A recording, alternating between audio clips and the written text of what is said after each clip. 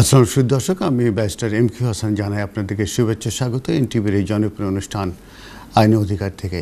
শ্রী দর্শক, আইন অধিকার একটি আইন বিষয়ক পরামর্শমূলক অনুষ্ঠান। এই অনুষ্ঠানটি প্রত্যেক শনিবার দুপুর 12:30টার সময় স্কাই চ্যানেল 780-তে সরাসরি সম্প্রচারিত হয়ে থাকে।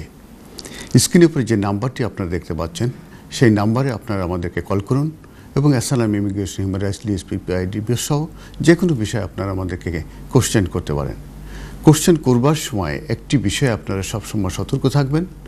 স্ক্রিনের উপর আপনারা আপনাদের যে টিভির ভলিউম আছে সেই ভলিউমটা আপনারা মিউট করে দেবেন এবং আপনারা অন্য রুমে যেয়ে আপনারা আমাদের সঙ্গে কথা বলবেন, তাহলে আমরা আপনাদের কথা শুনতে পারবো এবং আমরা আপনাদের কোশ্চেনগুলোর উত্তর দেওয়ার চেষ্টা করব। শ্রী দর্শক, আমি ব্যারিস্টার এম.কে হাসান, আমি principal of MK Hasan solicitor এবং আমার দীর্ঘ 26 বছরের এই লিগ্যাল ফিল্ডে অভিজ্ঞতা রয়ে গেছে এবং আমি অ্যাসাইলাম, ইমিগ্রেশন, হিউম্যান রাইটস ছাড়াও ডিভোর্স, ফ্যামিলি ম্যাটার এবং কমার্শিয়াল কনভেন্সিংয়ের ব্যাপারেও আমার এক্সপার্টাইজ আছে। তো আপনারা শুধু অ্যাসাইলাম, ইমিগ্রেশন, হিউম্যান রাইটস ছাড়াও যদি আপনাদের ডিভোর্স সংক্রান্ত ব্যাপারে কোনো কোশ্চেন থেকে থাকে কিংবা কোনো ফ্যামিলি ম্যাটার, কন্ট্যাক্ট অর্ডার কিংবা নর্মাল রেজিস্ট্রেশন অর্ডার অথবা যে আপনারা রেস্টুরেন্ট কেনাবেচা করেন সে সংক্রান্ত ব্যাপারে যদি আপনাদের কোনো প্রশ্ন থেকে থাকে, তাহলে আপনারা আমাকে কোশ্চেন করতে পারবেন এবং আমি সেসব কোশ্চেনগুলোর উত্তর দেওয়ার চেষ্টা করব।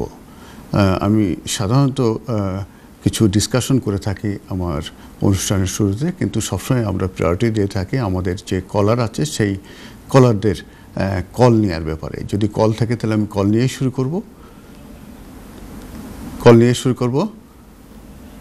তো আর যদি কল না থাকে তাহলে আমি কিছু ডিসকাশন দিয়ে শুরু করব।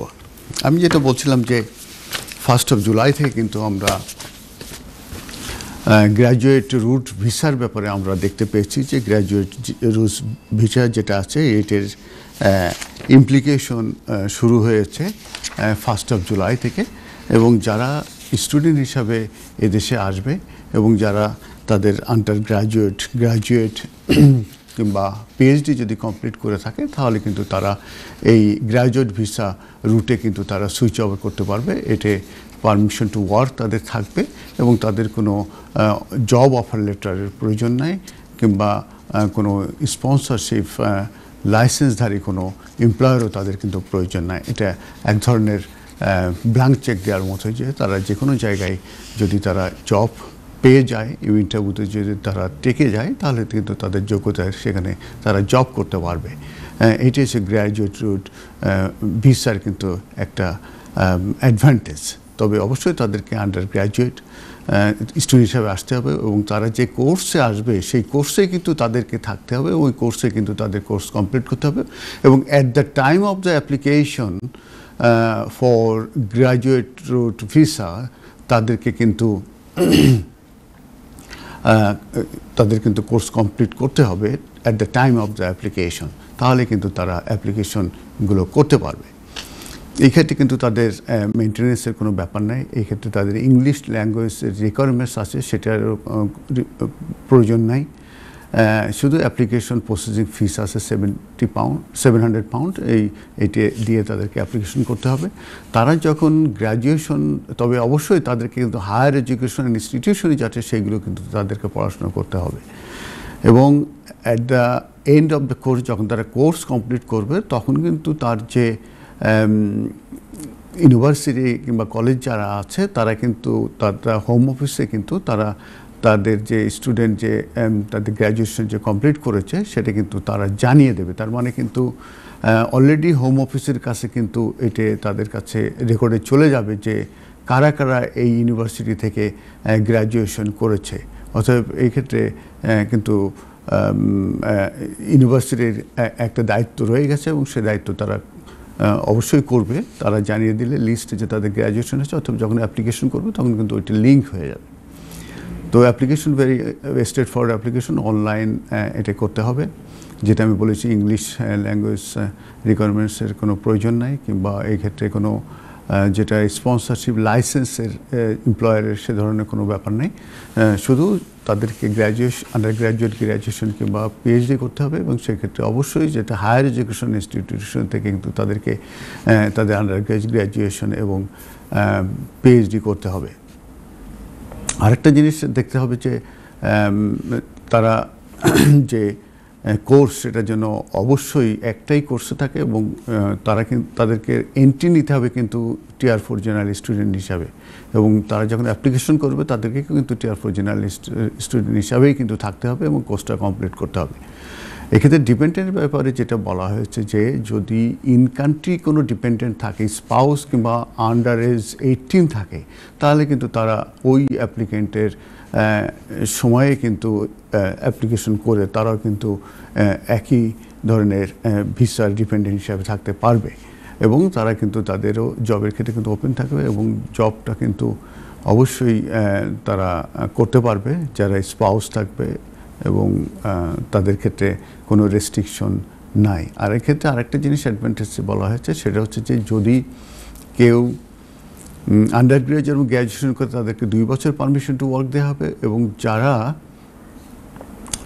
পিএইচডি করবে তাদেরকে 3 বছরের পারমিশন টু ওয়ার্ক দেওয়া হবে। এটি কিন্তু পিএইচডি করলে কিন্তু 1 বছর তাদেরকে অ্যাডিশনাল দেওয়া হবে, এবং এইটার পরে তারা ইচ্ছে করলে সুইচ ওভার করতে পারবে, স্কিল ওয়ার্কারে তারা যেতে পারবে, আবার ইচ্ছে করলে টিয়ার 4 জেনারেল স্টুডেন্টও তারা ব্যাক করতে পারবে। তবে পোস্ট গ্র্যাজুয়েট ভিসায় কিন্তু তারা একবারই তারা এটা আসতে পারবে। অতএব কেউ যদি স্টুডেন্ট ভিসায় চলে যেয়ে আবার আসতে চায় তাহলে কিন্তু পারবে না, এটা একবারই তারা করতে পারবে। তো এই ছিল মোটামুটি গ্র্যাজুয়েট ভিসা রুটের যে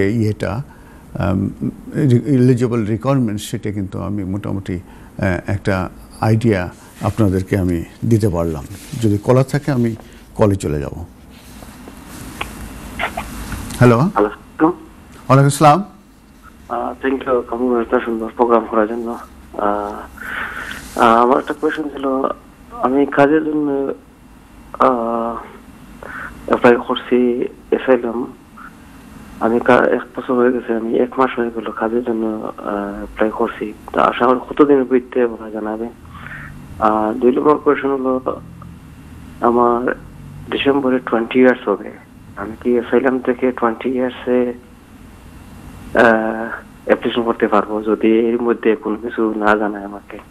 যদি আপনার অ্যাসাইলামটা যদি পেন্ডিং থাকে, যদি থাকে, সেক্ষেত্রে আপনার অপশন হচ্ছে যে আপনি অ্যাসাইলামটা উইথড্র করে নিয়ে আপনি on the basis of living in the UK more than 20 years, যেটা আন্ডার EX1 276 ADE যে রুলস আছে, এটার আন্ডারে আপনি অ্যাপ্লিকেশন করতে পারেন, এবং 20 ইয়ার্সের আপনি যদি এখানে থেকে থাকেন তাহলে কিন্তু আপনি 2.5 ইয়ার্সের কিন্তু leave to remain in the UK পাবেন। তবে এখানে 2টা অ্যাপ্লিকেশন একই সময় চলতে পারে না, একটা অ্যাপ্লিকেশন চলে।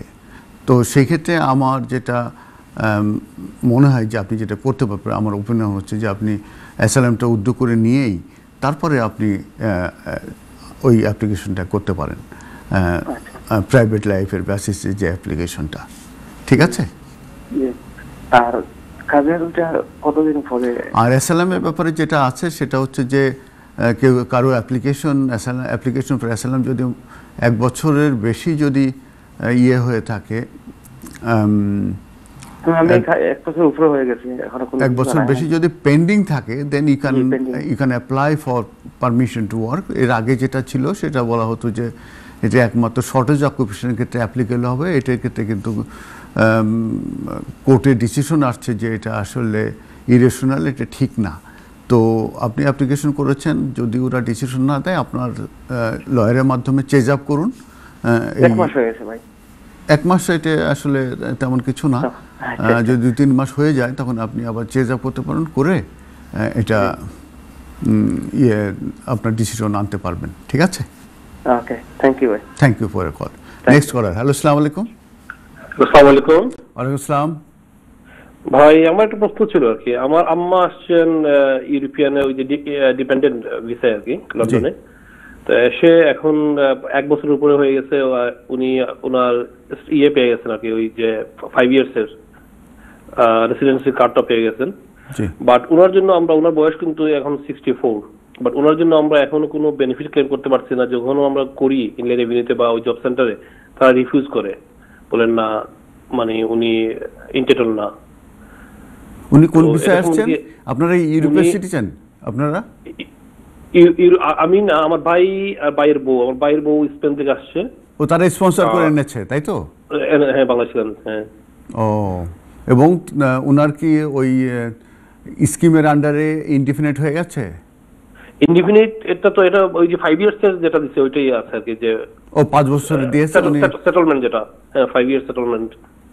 5 ইয়ার্স পরে স্কিম, এটা তো স্কিমের আন্ডারে নিয়েছেন নাকি? স্কিম না, এটা তো হচ্ছে ফ্যামিলি ডিপেন্ডেন্ট, মানে ডিপেন্ডেন্ট হিসাবে। হ্যাঁ, ফ্যামিলি ডিপেন্ডেন্ট হিসাবে তো প্রথমে ফ্যামিলি পারমিট 6 মাসে আসছিল, ঠিক আছে?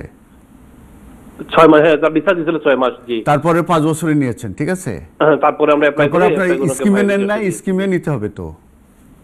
আচ্ছা, জি। 30 জনের ভিতরে স্কিমে নেওয়ার কথা ছিল, তারপরেও যদি না নেন তারপর 28 দিনের ভিতরে ওয়ার্নিং দেবে। আপনারা নিয়েছেন? না, আমরা নিয়েছি। উনি হাউজিং এ রেজিস্টার হয়েছেন সবকিছু, কিন্তু না, ওনার না, কোনো আমি বেনিফিট হাউজিং বেনিফিটে পরে আসছি। আগে বলছি যে আপনার ইয়েটা নিছেন কিনা, স্কিমের আন্ডারে আপনি ইন্ডিপেন্ডেন্ট, সরি আপনার যে ভাই, আপনার ব্যাপারটা আমি জানি না কিছু। আপনার ভাই তো ইউরোপের সিটিজেন নাকি? স্যার, আমার ভাই এদেশের হচ্ছে মানে রেসিডেন্ট, ও মানে ব্রিটিশ হয়ে গেছে। ও ব্রিটিশ সিটিজেন, ব্রিটিশ সিটিজেনের ডিপেন্ডেন্ট তো তারা তো ওরা ছিল ইউরোপিয়ান, এখন তারা মোর দেন 5 ইয়ার্স ওরা এখানে সেটল হয়ে, ও তারা ওরা ওই যে মানে স্কিমের আন্ডারে তারা ব্রিটিশ সিটিজেন হয়ে গেছে, ঠিক আছে? জি, জি, জি। কিন্তু আপনার আম্মা কি স্কিমের আন্ডারে নেন নাই? আম্মা ওই ইউরোপিয়ানের মানে আন্ডারে আসছিল, আসার পরে আম্মা আসার পরে ওরা মানে ব্রিটিশ ইয়ে পাইছে। আম্মা এখনো আন্ডার ইউরোপিয়ানের রয়ে গেছে আর কি। আচ্ছা, কিন্তু ওনার কিন্তু স্কিমের আন্ডার নিতে হবে, এটা মনে রাখেন। ওই যে 5 বছর উনি পেয়েছেন না, ওইটা এনাফ না কিন্তু ওনার জন্য। স্কিমটা কিভাবে নিতে হবে একটু কাইন্ডলি যদি বলেন, কি স্কিমটা কি করতে হবে আমাদের? আর একটা অ্যাপ্লিকেশন করতে হবে, করার পরে ওনার যদি 5 বছর এদেশে থেকে থাকে তাহলে ওটা indefinite leave to remain in the UK দিয়ে দেবে। বুঝতে পারছেন? ওনার তো মাত্র 1.5 বছর হয়েছে মাত্র এদেশে আসার। তাহলে 1.5 বছর দিলে ওনারে তো ইয়ে দিয়ে দেবে। মাত্র 1.5 বছর হয়েছে আসার, বাট ওনাকে 5 বছরে দিচ্ছে তারা, বা 1.5 বছর হয়েছে আসার ওনার কি। বুঝতে পারছি। যাই হোক, এই ব্যাপারে আপনার যদি লয়ার থাকে ভালো করে অ্যাডভাইস নিয়ে নেন কিন্তু।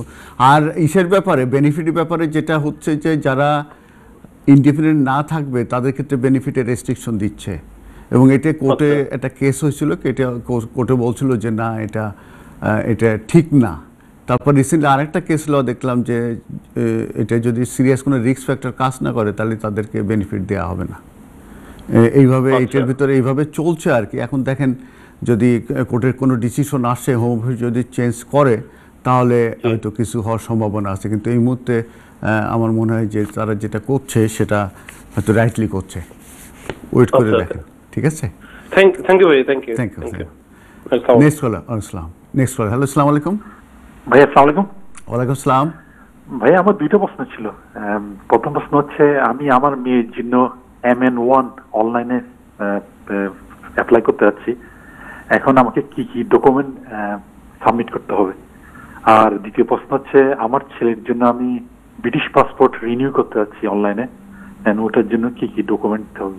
এটাই। আপনার registration as a British citizen, আপনার মেয়ের জন্য যে অ্যাপ্লিকেশনটা করবেন, ঠিক আছে, এটা কোন বেসিসে করছেন? তার কি, সে কি 10 ইয়ার্স হয়ে গেছে এখানে জন্ম নাকি? না, ও জন্ম হয়েছে এই দেশে।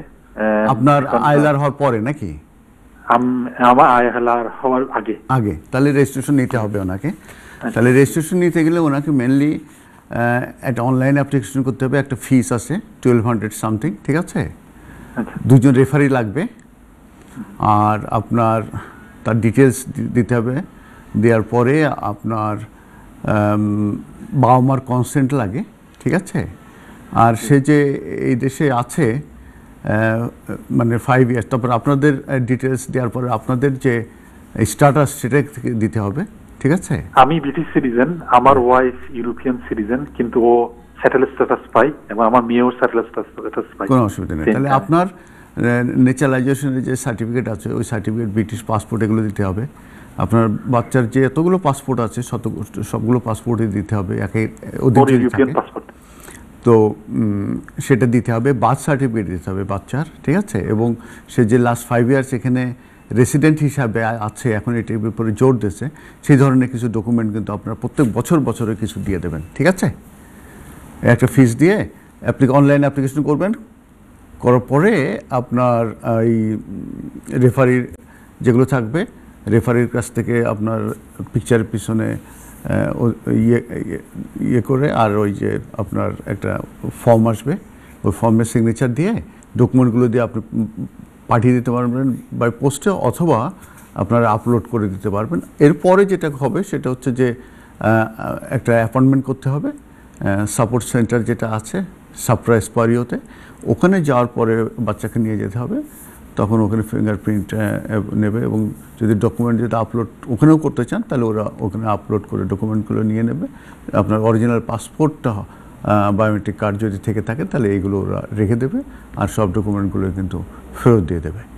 এই হচ্ছে মোটামুটি আপনার প্রসিজার, এবং ডকুমেন্টসের ব্যাপারেও আমি মনে হয় আপনাকে মোটামুটি গাইডেন্স দিতে পারি। গত 5 বছরের যে ডকুমেন্ট, কি কি ডকুমেন্ট দিতে হবে? ধরেন তার যদি রেড বুক থাকে, রেড বুকটা নিয়ে যেতে পারেন, ঠিক আছে। তারপরে ওই বছরে যদি তার কোনো স্কুল রিপোর্টগুলো নিয়ে যেতে পারেন, যদি সে স্কুলে যেয়ে থাকে, ঠিক আছে। তারপরে জিপির কাছ থেকে একটা চিঠি, রেজিস্ট্রেশন কবে হয়েছে, হ্যাঁ। তারপরে আপনার আরও যে ধরনের কোনো জন্য মেডিকেল অ্যাপয়েন্টমেন্ট কোনো লেটার যদি থেকে থাকে, এই ধরনের যা আছে, যদি না থাকে কোনো ব্যাপারই নাই, এক্সপ্লেনেশন দিয়ে দিলে হবে। আর যা আছে মোটামুটি 5 বছরের, ওরা এখন এই জিনিসটা রেসিডেন্টটা ওরা দেখার চেষ্টা করছে যে 5 বছর দেশে ছিল কি না কন্টিনিউয়াসলি, এইটা দেখার চেষ্টা করছে, ঠিক আছে। আর আমার দ্বিতীয় প্রশ্ন হচ্ছে, আমার ছেলে ব্রিটিশ পাসপোর্ট রিনিউ করাতে যাচ্ছি, অনলাইনে করা যাবে? জি, এটা অনলাইনে অ্যাপ্লিকেশন করতে হবে।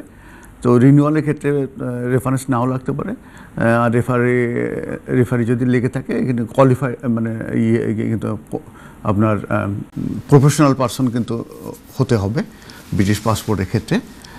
অনলাইনে অ্যাপ্লিকেশন করে তখন একটা চেকলিস্ট আসবে কী কী ডকুমেন্ট পাঠাতে হবে। তা সাধারণত পাঠাতে হয় ওর, যদি registration as a British citizen হয়ে থাকে, যে সার্টিফিকেট ওইটা, আর পাসপোর্টগুলো এগুলো পাঠিয়ে দিতে হয়, ঠিক আছে। আচ্ছা, ধন্যবাদ। ওয়ালাইকুম আসসালাম। Next caller. হ্যালো, আসসালামু আলাইকুম। হ্যালো, আসসালামু আলাইকুম। ওয়ালাইকুম আসসালাম। জি, আমার প্রশ্নটা লাস্ট কলারের টার মতন সিমিলার, কিন্তু একটু ডিফারেন্ট আছে। তো এখানে আমি 2টা প্রশ্ন করতে চাচ্ছি। আমি ন্যাচারালাইজেশনের জন্য অ্যাপ্লিকেশন করেছি অলরেডি, কিন্তু এখানে আমি একটা জায়গায় একটু বুঝতে অসুবিধা হচ্ছে। আমার কোনো রিপ্রেজেন্টেটিভ নাই, আমি নিজে অ্যাপ্লিকেশনটা করছি। জি। তো এখানে প্রথম প্রশ্নটা হচ্ছে যে আমি যে রেফারি যে দেব, যে আছেন আমার যে রেফারেন্স দিবেন, একজন প্রফেশনাল, আমাদের ফ্যামিলি ফ্রেন্ড, আর সেকেন্ড যে যাকে দিব সে কি আমাদের কোনো রিলেটিভ হতে পারবে? না, এখানে কোনো রিলেটিভ তারা এলিজিবল না to give as a reference. এখানে ফ্রেন্ড, বন্ধু, ফ্যামিলি এরা দিতে পারবে, কিন্তু এখানে আত্মীয় হলে দিতে পারবে না। তাদের যদি আমি ফ্রেন্ড, বন্ধু একজনকে পেয়েছি প্রফেশনাল, আরেকজনের কি প্রফেশনাল হতে হবে না নরমাল? একজন প্রফেশনাল হলে আর একজন ব্রিটিশ সিটিজেন হলেই হবে। আচ্ছা, তো আর সেকেন্ড প্রশ্নটা হচ্ছে, আরেকটা আমি কলামে পেয়েছিলাম যে যখন চেক লিস্টটা দেয় এট দ্য এন্ডে, যে 5 ইয়ার্স এর আপনার ইসে দেখাতে হবে, প্রুফ দেখাতে হবে স্টেইং করছে যে এখানে। তো ওখানে দেখলাম যে কাউন্সিল ট্যাক্স এলিজিবল না বা বিলস এলিজিবল না, এটা কি ঠিক? তাহলে আমি কি দেখাবো? সময় চলে হয়ে গেছে। হ্যালো, সরি, না আমি আমাদের হ্যালো, জি জি, আমি লাইনে আছি। জি, আপনি একটু লাইন থাকেন। মশিউর, ও ঠিক আছে। তো আমাদের 1 মিনিটের ভিতর ব্রেকে যেতে হবে। ঠিক আছে, আপনি বলে যান যতদূর পারি, তা নাহলে কি আপনি থেকেন লাইনে, আপনাকে আমি হয়তো ইসের অফ দ্য ইয়ারেও আপনার আনসার দিয়ে দেবো। হ্যাঁ বলেন, আপনি বলে যান। জি, তো ওখানে হচ্ছে যে অপশনটা আছে, তাহলে আমি 5 ইয়ার্স অ্যাজ রেসিডেন্স প্রুফ হিসেবে কি দেখাবো? আমার পাসপোর্ট না কোনো ইউটিলিটি বিল হলে এটা কভার করবে? হ্যাঁ, এটা মানে করেসপন্ডেন্সগুলো চাই, কিন্তু এগুলো পাসপোর্টে না। ওকে, তো আপনি আমাদেরকে যেতে হচ্ছে কমার্শিয়াল ব্রেক থেকে এসে আবারও আপনাদের সঙ্গে দেখা হবে। সে পর্যন্ত খোদা হাফেজ। নমস্কার দর্শক, আবারও শুভেচ্ছা, স্বাগত এনটিভির এই জনপ্রিয় অনুষ্ঠান আইনি অধিকার থেকে। সুপ্রিয় দর্শক, আমরা প্রথম পর্বে অনেকগুলো কল পেয়েছিলাম এবং সেসব ব্যাপার নিয়ে আমরা ডিসকাশন করেছি। একটি বিষয় আপনারা সবসময় সতর্ক থাকবেন, যখন আমাদেরকে কল করবেন স্ক্রিনের উপর যে নাম্বার দেখছেন এই নাম্বারে আপনারা আমাদেরকে কল করতে পারবেন এবং asylum, immigration, human rights, lease, PPI, divorce যে কোনো বিষয়ে আপনারা আমাদেরকে কোশ্চেন করতে পারেন। কোশ্চেন করবার সময় একটা বিষয়ে সবসময় সতর্ক থাকবেন, আপনারা আপনাদের টিভির ভলিউমটি মিউট করে দেবেন এবং আপনারা ওই রুমের বাইরে অন্য জায়গায় যেয়ে আপনারা আমাদের সঙ্গে যদি কথা বলেন তাহলে কিন্তু আমরা শুনতে পাবো এবং আপনাদের কোশ্চেনগুলোর আনসার দেওয়ার চেষ্টা করব। যদি কল থাকে আমি কল নেব, তা নাহলে আমি ডিসকাশনে চলে যাব। কল আছে মশিউর? ওকে, ঠিক আছে। তো শ্রী দর্শক, আমি যে পোস্ট গ্র্যাজুয়েট রুট ভিসার ব্যাপারে আমি আপনাদের সঙ্গে আলাপ আলোচনা করেছিলাম। এবার আমি হয়তো স্টুডেন্ট ভিসায় আসলে আসার ব্যাপারটা নিয়ে আমি কিছুটা আলোকপাত করতে চাই। যে অনেকে আমাদেরকে কোশ্চেন করে যে আমার আত্মীয় স্বজন তারা স্টুডেন্ট হিসেবে আসতে গেলে আসলে প্রসিজারটা কী কিংবা সিস্টেমটা কী। এবং অনেক ক্ষেত্রে দেখেছি যে বাংলাদেশে অনেকভাবে তারা প্রতারিত হয় এবং অনেক টাকা পয়সা দিয়ে দেয় এবং তারা পরবর্তীতে বিভিন্ন ঝামেলায় পড়ে যায়। আসলে এটা স্টুডেন্ট ভিসার ক্ষেত্রে ভেরি স্ট্রেট ফরওয়ার্ড। এখানে কোনো প্রথমে তার যে নিজস্ব যে কোয়ালিফিকেশন আছে সেই কোয়ালিফিকেশনের ট্রান্সলেশন, ইংলিশ ট্রান্সলেশন কপি করতে হবে যদি ইংলিশে না থাকে। আর যদি ইংলিশে সার্টিফিকেট থাকে তাহলে ফাইন, এবং ট্রান্সক্রিপ্ট যেটা আছে সেটা ইংলিশে থাকতে হবে। এইটাই প্রথমে থাকবে। এরপরে যেটা আসছে, যদি এখানে আন্ডার গ্র্যাজুয়েটে আসে তাহলে কিন্তু তাদের ইংলিশ ল্যাঙ্গুয়েজ লেভেল B1 তাদেরকে কিন্তু পাস করতে হবে এবং যদি গ্র্যাজুয়েট লেভেল হয় B2 তাদেরকে এই সার্টিফিকেটটা কিন্তু তাদেরকে অবশ্যই নিতে হবে। এবং এক্ষেত্রে আমরা যে বলেছি ট্রিনিটি কলেজ সহ আরও কয়েকটি প্রোভাইডার আছে। এই লিস্টেড প্রোভাইডারের বাইরে কিন্তু অন্য কারোর কাছ থেকে সার্টিফিকেটটা নিলে that will not be accepted. অতএব এদিকেও খেয়াল রাখতে হবে যে হোম অফিসের যে লিস্টেড প্রোভাইডার আছে এই ইংলিশ টেস্ট নেওয়ার জন্য তাদের কাছ থেকে কিন্তু নিতে হবে এবং সেটাও কিন্তু হাতে রাখতে হবে। এরপরে যেটা করতে হবে, তারা যে ইউনিভার্সিটিগুলোতে সরাসরি যোগাযোগ করতে পারে। ইউকেএস আছে, ইউকেএসের মাধ্যমে কিন্তু যোগাযোগ করলে একটা ফিস দিতে হয়। তখন তারা বিভিন্ন ইউনিভার্সিটিতে কিন্তু যোগাযোগ করে তখন কিন্তু একটা অফার তারা দিবে ইউনিভার্সিটি থেকে। অফার দেওয়ার পরে তখন হয়তো তারা বলবে যে তাদের ফিস কত, তখন হয়তো ফিসের ব্যাপার আসবে, তখন হয়তো টিউশন ফি ব্যাপার আসবে, তখন হয়তো তারা টিউশন ফি দিলে তখন তো যে কাজ যেটা আছে ওই কাজটা পাওয়ার পরে তখন কিন্তু অনলাইনে ভিসার অ্যাপ্লিকেশন করতে হবে। এর আগ পর্যন্ত, এই যে কাজ ইস্যু হওয়ার আগ পর্যন্ত কিন্তু আমার মনে হয় যে কোনো স্টুডেন্ট যারা এখানে পড়তে আসতে চায় তাদের মনে হয় না তেমন কোনো সাহায্যের প্রয়োজন আছে। কারণ যদি তারা ইউনিভার্সিটির ওয়েবসাইটে যায় সেখানে অ্যাডমিশন অ্যাপ্লিকেশন আছে, সেটা আপলোড করতে পারে, সেটা আপলোড করে তারা ইমেলের মাধ্যমে পাঠিয়ে দিতে পারে, ভেরি স্ট্রেট ফরওয়ার্ড। সেক্ষেত্রে কিন্তু কারো কাছে যাওয়ার প্রয়োজন নাই কিংবা কোনো এজেন্সির কাছে যাওয়ার প্রয়োজন নাই। এটা কিন্তু তারা নিজেরাই করতে পারে যদি তারা প্রপার স্টুডেন্ট হয় এবং তারা ক্যাপাবেল হয়। তো যদি না হয় তখন তারা এটার জন্য একটা সাহায্য নিতে পারে, কিন্তু কেয়ারফুল যে তাদের সেই ধরনের ফিসই দেওয়া উচিত। তারা কিন্তু ভিসা গ্রান্টেড কিংবা অফার লেটার গ্রান্টেড এই ধরনের কিন্তু কোনো সিকিউরিটি তারা দিতে পারে না। যখন তার কাজ হলো তখন তারা লয়ারের সঙ্গে যোগাযোগ করে তখন হয়তো অ্যাপ্লিকেশনটা প্রসেস করার জন্য কিন্তু তারা হেল্প নিতে পারে। এবং আমরা জানি যে অ্যাপ্লিকেশন প্রসেস করার সময় আমি যেটা বলেছি সার্টিফিকেটগুলো, ট্রান্সক্রিপ্টগুলো ইংলিশে না থাকে ইংলিশে থাকতে হবে। তারপরে ইংলিশ ল্যাঙ্গুয়েজ টেস্ট যে সার্টিফিকেট সেটা থাকতে হবে। তারপর বলেছি যে কাজ যেটা ইউনিভার্সিটি থেকে ইস্যু হয়েছে সেটা থাকতে হবে এবং তার পাসপোর্ট, একটা ভ্যালিড একটা পাসপোর্ট থাকতে হবে। এইটার পরে যখন অ্যাপ্লিকেশন করবে, সে যদি অ্যাপ্লিকেশনটা সাধারণত একটু কমপ্লিকেটেড হয় তখন দরকার হলে লয়ারের সঙ্গে যোগাযোগ করে অ্যাপ্লিকেশনটা করলো। অ্যাপ্লিকেশন করার সময় যেটা আমি বলেছি তাদের কিন্তু 9 মান্থের কিন্তু তাদের দেখাতে হবে, মেনটেনেন্স দেখাতে হবে। এতে ইনসাইড লন্ডনে এক ধরনের, আউটসাইড হলে আরেকটু কম হবে। সেটা তাদের কিন্তু তাদের ব্যাংকে কিন্তু এটা ব্যালেন্স হিসাবে দেখাতে হবে। তার ব্যাংকে না হলে বাবা মা ব্যাংকে থাকলেও এটা অ্যাকসেপ্টেবল, কিন্তু থার্ড পার্টির কোনো ব্যাংকে হলে এটা অ্যাকসেপ্টেবল হবে না। তখন ওই ব্যাংকের স্টেটমেন্ট তাকে ওই অ্যাপ্লিকেশনের সঙ্গে জমা দিতে হবে। এগুলো দিয়ে যখন সে অ্যাপ্লিকেশনটা করবে অনলাইনে, করার পরে তাকে তার বাংলাদেশে ঢাকাতে সেন্টার আছে এবং সিলেটে আছে, সেখানে যেয়ে তাদেরকে বায়োমেট্রিক ফটোগ্রাফ দিয়ে ডকুমেন্টগুলো ওখানে দিলে তারা এগুলো আপলোড করে দিয়ে দেবে। তারপরে এটা এন্টি ক্লিয়ারেন্স অফিসার ডিসিশন নেবে যে তাকে ভিসা দেয়া হবে কি হবে না। এই হচ্ছে মোটামুটি আমি খুব সামারিলি আমি বললাম যে কীভাবে এদেশে স্টুডেন্ট হিসাবে আসতে হয় এবং স্টুডেন্টদের কী করণীয় উচিত এবং কীভাবে অ্যাপ্লিকেশন করতে হয়, এটাই মোটামুটি হয়তো বললাম। আরও যদি ডিটেলস কারো কোনো কোশ্চেন থাকে তাহলে আমাকে করলে আমি সেগুলো জবাব দিতে চাইছি। যদি কোনো কলার থাকে আমি করলাম। হ্যালো, আসসালামু আলাইকুম। হ্যালো, আসসালামু আলাইকুম। ওয়ালাইকুম আসসালাম, কেমন আছেন ভাইয়া? আছি আলহামদুলিল্লাহ, আপনি কেমন আছেন? ভালো, আলহামদুলিল্লাহ ভালো আছি। জি, আমি একটা স্পাউস ভিসা অ্যাপ্লিকেশন সম্বন্ধে জানতে চাচ্ছি আর কি। তো স্পাউস আনার জন্য আর কি, তো এই যে আমি না আর কি, আমার এক রিলেটিভ, ও আবার কাজ করে, এত বেশি স্যালারি পায় না, ধরে নিয়ারলি 12,000 গ্রস তার, বাট তার সেভিং একটা বড় অ্যামাউন্ট আছে তার ব্যাংকে। কত? নিয়ারলি 70,000। Good good. জি, কিন্তু কাজ করে, যে গভর্নমেন্টের রুল যেটা 80,600 হতে হবে গ্রস, সেই হিসাবে কাজটাও করে না, এরকম করে না। ধরেন 12,000 এর মতো কাজ আছে তার গ্রস আর কি, কিন্তু তার সেভিং মানি আছে, লিগ্যাল ওয়েতে সেভিং মানি এটা আছে। জি, তো আপনার কোশ্চেন কি এখন বলেন? সরি, এখন কি জানতে চান আমার কাছে? তো এটা কি এলিজিবল, এটা করা যাবে নাকি?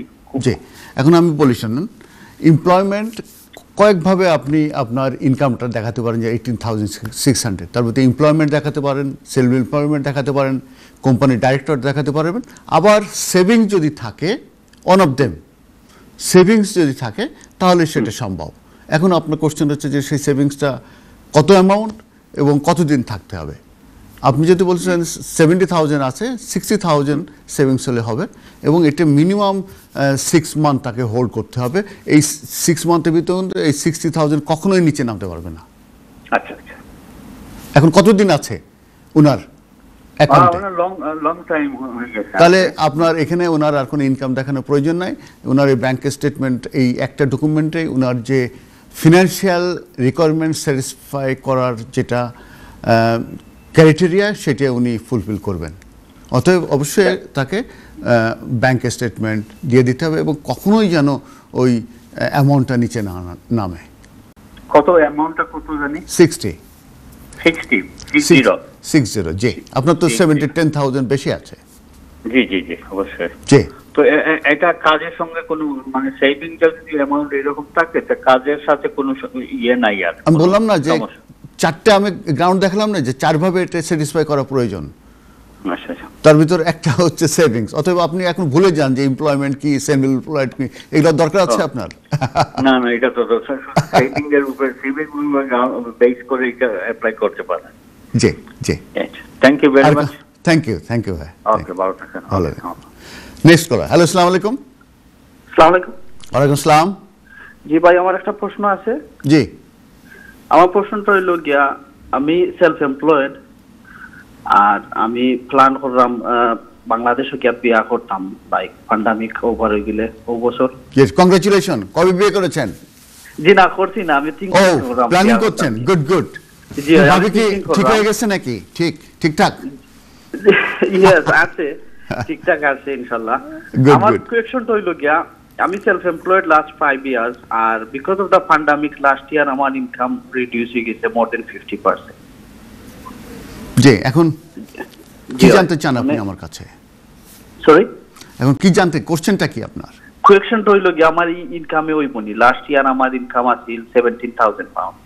আচ্ছা, with the grant I got some help from the government, self employed grant. এখন একটা জিনিস বলি, আপনি লাস্ট 1 ইয়ারের ইনকাম দেখাতে পারেন অথবা লাস্ট 2 ইয়ারের ইনকাম দেখাতে পারেন। This is up to you. Okay, বুঝছেন? লাস্ট 1 ইয়ারের ইনকামে যদি হয়ে যায় তাহলে আপনার তার পিছনে যাওয়ার দরকার নেই। যেরকম ধরেন এই এপ্রিল, ঠিক আছে, এই এপ্রিল থেকে আপনি যে লাস্ট ইয়ারের মার্চ যান, ঠিক আছে, ওকে, এর ভিতরে কি আপনার SA 302 চেনেন তো? SA 302 লাগবে কিন্তু আপনার ইনকামের এভিডেন্স হিসাবে। SA 302 জি এটা আমার আছে। হ্যাঁ, SA 302 কি তে আপনার ট্যাক্সেবল ইনকাম এটা কি 18,600 বেশি আছে? আমার 2019 and 2020 ইনকাম হলো 24,000। গুড, আপনি তো rich man, very rich man. Thank you so much. আপনি কি করেন? জি আমি ট্যাক্সি করি। ও মাশাআল্লাহ মাশাআল্লাহ, ভেরি গুড ভেরি গুড। তো আপনার হ্যাঁ এই উবার করলেই তো এনাফ। আমি তো আমার প্রচুর ক্লায়েন্ট আছে যারা উবার করে এবং এটা যেহেতু ওখানে আসে এবং 1 বছরের আপনার ফুল ব্যাংক স্টেটমেন্ট দিতে হবে, ঠিক আছে? That's fine, no problem. Number 1 document. Number 2 document হচ্ছে, এটা সেলফ এমপ্লয়েডদের ক্ষেত্রে, নাম্বার 2 ডকুমেন্ট হচ্ছে SA 302 যেটা আমি বললাম। নাম্বার 3 হচ্ছে ট্যাক্স রিটার্ন, যেটা করা হয় ট্যাক্স রিটার্ন। আপনার যে অ্যাকাউন্টেন্ট আছে না, উনি আপনার ওই ব্যাংক স্টেটমেন্ট আপনার 12 মাসে দেওয়ার পরে উনি ওইগুলো দেখে উনি ওইখানে দেখবে যে আপনার টোটাল ইনকাম কত, তারপরে উনি দেখবে যে আপনার খরচ গেছে কত, আপনার তেলে খরচ গেছে কত, কি বৃত্তান্ত গেছে, এগুলো দেওয়ার পরে আপনার ট্যাক্সেবল ইনকাম যদি 29,000 গ্রস না, কিন্তু আপনি মনে রাখেন গ্রস না, যদি আপনার ব্যাংকে যায়, হ্যাঁ এখন যদি মনে করেন যে এই টোটালি আমার নেট ইনকাম, তাহলে আপনি আপনার খরচ নাই, কিন্তু খরচ তো আপনার কিছু আছে, তাই না? জি জি, খরচ খরচা সব বাদ দিয়ে একটা অ্যাকাউন্ট সামারি করে, একটা অ্যাকাউন্ট সামারি করে করে না, একটা অ্যাকাউন্ট সামারি যে আপনার নাম থাকে, থাকার ভিতরে থাকে যে এই ইনকাম আছে এবং এই খরচ আছে, ঠিক না? এবং লাস্টে এসে থাকবে সেটা যদি 18,000 উপরে থাকে তাহলে দ্যাটস ইট, আর কোনো সমস্যা নাই। এবং তাহলে ডকুমেন্ট আমি কি বললাম, প্রথম হচ্ছে ব্যাংক স্টেটমেন্ট লাস্ট 12 মান্থসের, নাম্বার 2 হচ্ছে SA 302 ট্যাক্স রিটার্ন আর অ্যাকাউন্ট সামারি, আর একটা লেটার নিয়ে নেবেন অ্যাকাউন্টেন্টের কাছ থেকে যে সে আমার ক্লায়েন্ট এবং সে ট্যাক্সি ড্রাইভার হিসাবে কাজ করে এবং তার ইয়ারলি ট্যাক্সেবল ইনকাম হচ্ছে এত, ঠিক আছে? জি আচ্ছা, very clear, thank you so much. Thank you so much. Next caller. Hello, আসসালামু আলাইকুম। হ্যালো হ্যালো, কলার কি আমরা হারিয়ে ফেললাম কিনা? কলার আছে? হ্যালো, আসসালামু আলাইকুম। জি ওয়ালাইকুম আসসালাম। আমার একটা কোয়েশ্চেন জন্য। জি একটু জোরে সুন্দর করে বলেন ভাইয়া। পাসপোর্টে রিনিউ টাইম 1 মাস ওভার হয়ে গেছে। জি, কি পাসপোর্ট? British passport. হ্যাঁ, কে পয়সা কোনো অসুবিধা হইব না এখন? না না, ব্রিটিশ পাসপোর্ট এক্সপায়ার করে গেছে, আপনি এখন অনলাইনে অ্যাপ্লিকেশন করে দেন, হয়ে গেল, আপনি নতুন পাসপোর্ট পেয়ে যাবেন। অনলাইনে কি দেওয়া লাগবে ভাই? অনলাইনে অ্যাপ্লিকেশন করার পরে ওরা একটা চেক লিস্ট দেবে যে আপনার ওল্ড পাসপোর্টটা দিতে হবে। এখন ওল্ড পাসপোর্টটা দিতেই হবে, তো ব্যাস ওল্ড পাসপোর্টটা দিলে আমার মনে আর পিকচার লাগে, কিন্তু পিকচার আর রেফারি লাগতে পারে না লাগতে পারে, ওখানে অপশন আসবে অনলাইনে যখন অ্যাপ্লিকেশন করা হবে যে রেফারি অনলাইনে করা যাবে না, একজন কোয়ালিফাইড পারসন বা একজন প্রফেশনাল পারসন লাগতে পারে। সাধারণত রিনিউয়ালের ক্ষেত্রে লাগে না, এখন ওই অনলাইনে গেলে তখন অপশনগুলো আসবে, যদি রেফারি চায় তখন রেফারি ডিটেলস দেওয়া লাগতে পারে, ঠিক আছে? কার্ডে দেওয়া লাগবে? পে তো কার্ডে করতে হবে, জি কার্ডে কার্ডে পে করতে পারবেন, ঠিক আছে?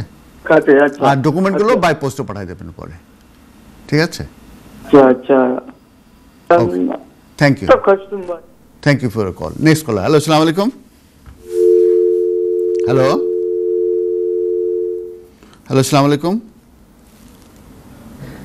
যে তো আমি যেটা বলছিলাম যে এখন নতুন একটা ব্যাপার নিয়ে আমি স্টুডেন্টদের ব্যাপারে আমি আসলে ক্লিয়ারলি বলেছি যে একজন স্টুডেন্ট কীভাবে আসে প্রথম থেকে শেষ পর্যন্ত, সেটা মোটামুটি আমি একটা ধারণা দিয়েছি। এখন আমি যেটা আলোচনা করি যে স্পাউস হিসাবে যদি কেউ এখানে আসতে চান, সেক্ষেত্রে তাদের ক্ষেত্রে কী কী প্রসিজার আছে কিংবা কী কী সিস্টেম আছে সেটা আমি একটু ডিসকাশন করি।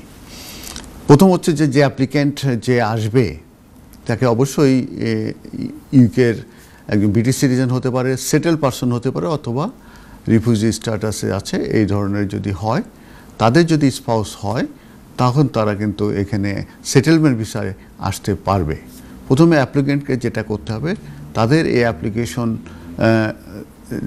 এলিজিবিলিটি রিকোয়ারমেন্টসের ভিতরে ওয়ান অফ দ্য রিকোয়ারমেন্টস হচ্ছে যে তাদেরকে অবশ্যই English language test level A1 কিন্তু তাদেরকে পাস করে সার্টিফিকেট কিন্তু অ্যাপ্লিকেশনের সঙ্গে জমা দিতে হবে। অতএব যে অ্যাপ্লিকেন্ট হিসাবে আসবে তার প্রথম কাজ হচ্ছে তাদের যে আমি সেটা বলছি যে কয়েকজন প্রোভাইডার আছে হোম অফিসের, একমাত্র তাদের প্রোভাইডারের সেন্টারে বসে তাকে ওই A1 দিতে হবে, পাস করতে হবে, এই একটা সার্টিফিকেট তাদেরকে নিতে হবে। ডেফিনেটলি তাদেরকে they must met with the sponsor কিংবা ব্রিটিশ সিটিজেন যারা স্পন্সর করবে তাদের সঙ্গে দেখা হয়েছে, তাদের সঙ্গে বিয়ে হয়েছে, একটা ম্যারেজ সার্টিফিকেট লাগবে।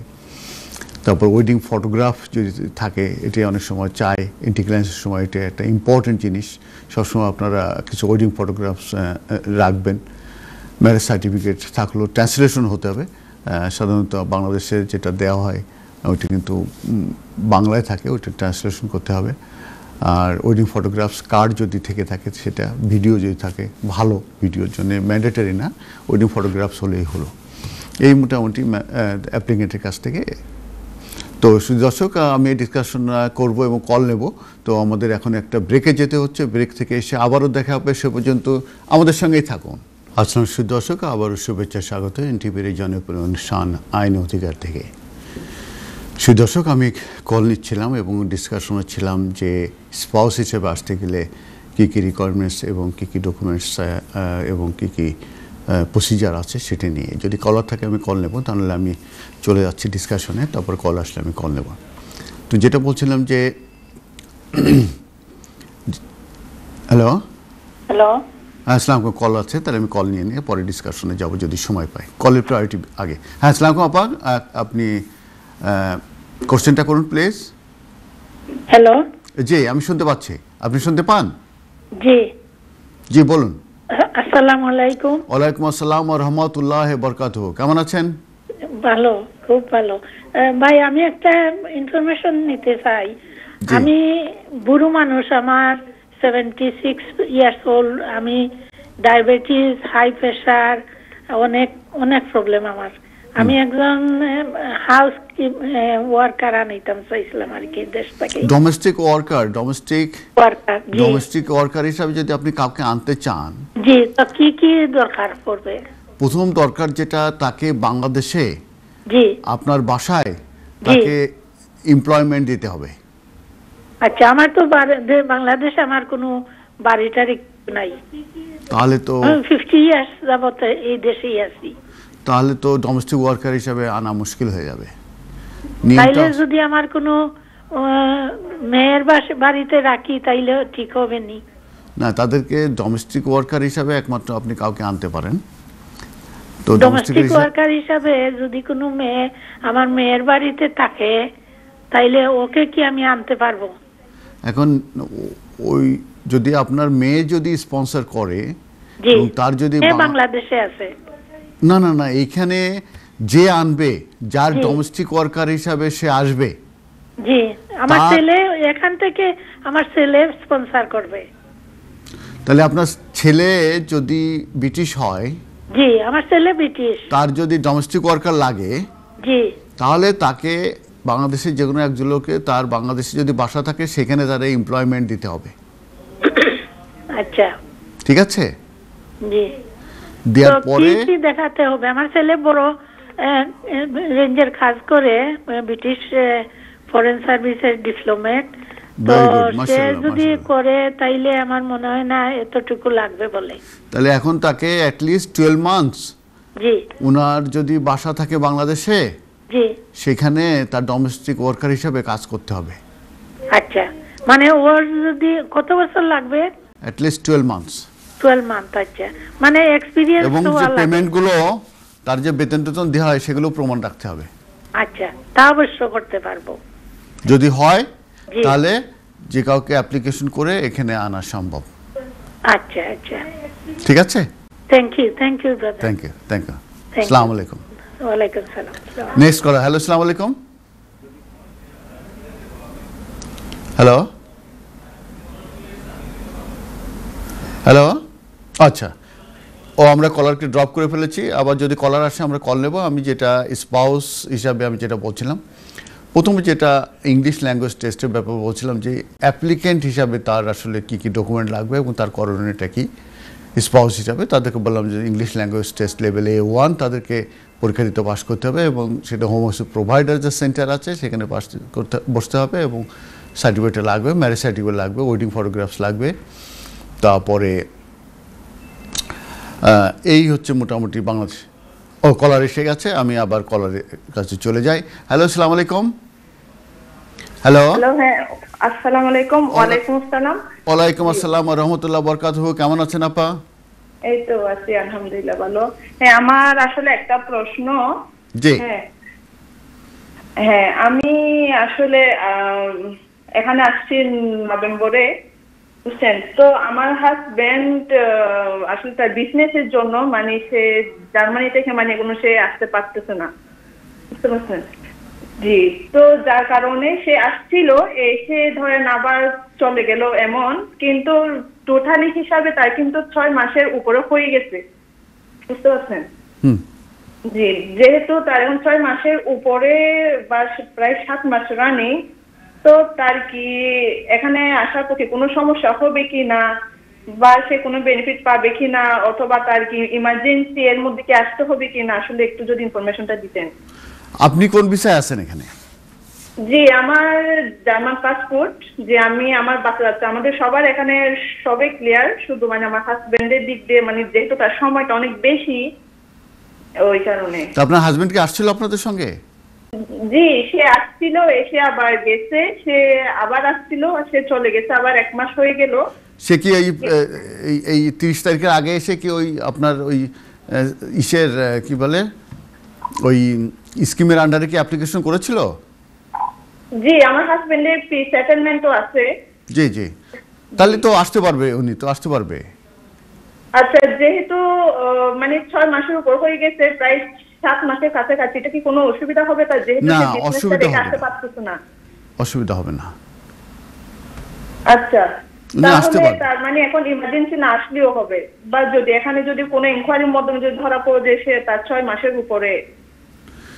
আমার মনে হয় যে 6 মাসটা আসলে কাজ করবে তখন যতক্ষণ সে ইনডিফিনিটের জন্য অ্যাপ্লিকেশন করবে। তার কি কত দিনের, উনি কি প্রি সেটেলমেন্টের দেশে না সেটেলমেন্টের দেশে? প্রি সেটেলমেন্টে। সরি, উনি প্রি সেটেলমেন্টে পেয়েছে, প্রি সেটেলমেন্ট। জি জি, ওনার আছে, ওনার তো ইউরোপিয়ান পাসপোর্ট, আবার ওনার প্রি সেটেলমেন্ট আছে। কতদিনের ভিসা দেশে? ভিসা বলতে আসলে কেমন ভিসা? ওনার তো আসলে জার্মানি পাসপোর্ট। না, আমি জার্মানির পাসপোর্ট হলে তো সে আসতে পারবে না। যখন সে এখানে ছিল, আপনি বললেন না যে প্রি সেটেলমেন্টের আন্ডারে সে অ্যাপ্লিকেশন করেছিল, তখন তো তাকে একটা কিছু লিভ টু রিমেইন দিছে না, একটা ডকুমেন্ট দিছে না, একটা ইমেলের মাধ্যমে। জি, ধরেন মানে টোটাল হিসাবে 6 মাস, মানে 6 মাসের বাইরে থাকতে না পারবে। না না, আমার কথা বুঝলেন না। তার আপনি তো বললেন যে আপনি প্রি সেটেলমেন্ট নিছেন। জি জি, উনি কি প্রি সেটেলমেন্ট নিছে? জি জি, ওনারও আছে। হ্যাঁ, তো সেটার ডেট কবে শেষ হবে? কবে প্রি সেটেলমেন্ট শেষ হবে কবে এটা তো আসলে ঠিক আমি বলতে পারতেছি না। প্রি সেটেলমেন্ট যদি শেষ হয়ে যায় তাহলে তো উনি বিপদে পড়বেন। আচ্ছা, অতএব কিন্তু 6 মাস, তখন যদি ওরা ওই প্রি সেটেলমেন্টটা যদি থাকে, তার ভিতরে উনি যে কোনো সময় আসতে পারবেন। ঠিক আছে? আচ্ছা, তাহলে প্রি কিন্তু উনি যদি সেটেলমেন্ট এক্সপায়ার করে যায় তাহলে তো বিপদ হয়ে যাবে। বিপদ হবে না? তখন তো ওনার তো সেই ভিসা থাকছে না, তখন তো উনিকে আসতে হলে তো ভিজিটার হিসাবে আসতে হবে। ওকে, তো যেহেতু আমরা এখানে এরপরও কি তার কোনো অসুবিধা হবে, বা তার কি ইমার্জেন্সি এর মধ্যে আসা দরকার? এখন 6 মাসের ব্যাপারটা হচ্ছে যখন ভবিষ্যতে কোনো অ্যাপ্লিকেশন করতে যাবে তখন সমস্যা হবে। ঠিক আছে? তো এখন তো আসলে 2 নৌকায় পা দেওয়া তো ডিফিকাল্ট। আপনার এখানে অ্যাডভাইস দেওয়া ডিফিকাল্ট, কারণ আপনারা যেহেতু এখানে আছেন, ওনার উচিত ফ্যামিলির সঙ্গে সময় দেয়। আর যদি উনি মনে করেন যে ওনার পক্ষে আসার সময় নয়, তাহলে ওখানেই থেকে যাওয়া, অথবা উনি মাঝে মধ্যে আসলো, এসে আবার চলে গেল। ঠিক আছে? সেটা পারে কি না? সেটা পারবে না?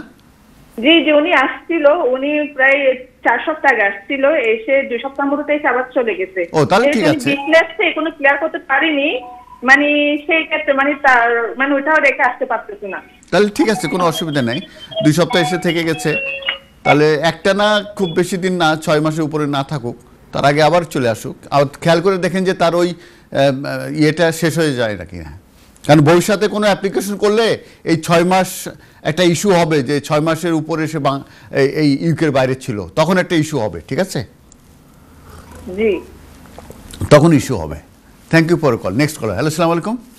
হ্যালো, আসসালামু আলাইকুম। ওয়ালাইকুম আসসালাম। আমার একটা কোশ্চেন ছিল, সেটা হচ্ছে যে আমি ব্রিটিশ সিটিজেনশিপ জমা দিছি, কিন্তু আমি ইউরোপিয়ান পাসপোর্ট হোল্ডার। লাস্ট উইকে আমার ছিল ফিঙ্গারপ্রিন্ট ছিল, তখন আমি যখন ফিঙ্গারপ্রিন্ট সেন্টারে গেলাম, আমি সব ডকুমেন্ট জমা দিছি, তারা সব চেক করছে যে সবকিছু ঠিক আছে, কিন্তু আমি কখনো স্টুডেন্ট ছিলাম না। আমি আপা, আপনি লাইনে থাকেন, আপনাকে ব্রেকে যেতে হচ্ছে, ব্রেকের ভিতরে আপনার কলটা আমি কন্টিনিউ করব। সুধী দর্শক, আমাদেরকে একটা ব্রেকে যেতে হচ্ছে, ব্রেকের পরে আবারও দেখা হবে, সে পর্যন্ত আমাদের সঙ্গেই থাকুন। ধন্যবাদ। আসসালামু আলাইকুম সুধী দর্শক, আবারও শুভেচ্ছা, স্বাগত এনটিভির এই জনপ্রিয় অনুষ্ঠান আইন অধিকার থেকে। আমি ব্যারিস্টার এম কিউ হাসান আপনাদেরকে শুভেচ্ছা ও স্বাগত জানাই। খুবই অনেক কল আসছে এবং আমি চেষ্টা করছি আপনাদেরকে কলগুলো একটু ডিটেলস এবং সুন্দর করে বুঝিয়ে দিতে, যাতে করে আপনাদের হেল্প হয়। তো আমি যেটা নিয়ে আলোচনা করছিলাম, যদি কল থাকে কলে চলে যাব, ডিসকাশন আমি করতে থাকি।